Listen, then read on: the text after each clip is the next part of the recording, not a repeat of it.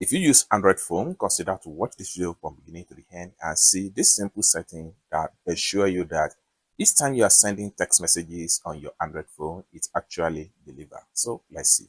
But before we dive into the tutorial, if you find this tutorial useful and you are already new to this channel, remember to click on that subscribe, turn on the notification bell for more useful tutorial like this. So with that being said, let's get started. Very first thing you need to do is head over to your message box. So I'm going to click on here to open up my message box. Next thing you need to do is simply click on this three dots right here.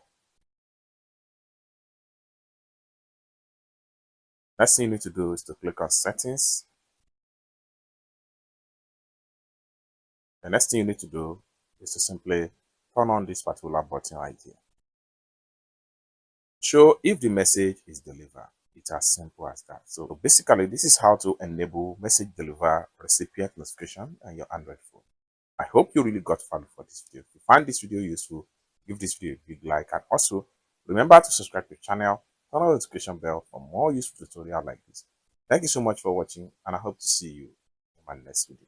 Bye for now.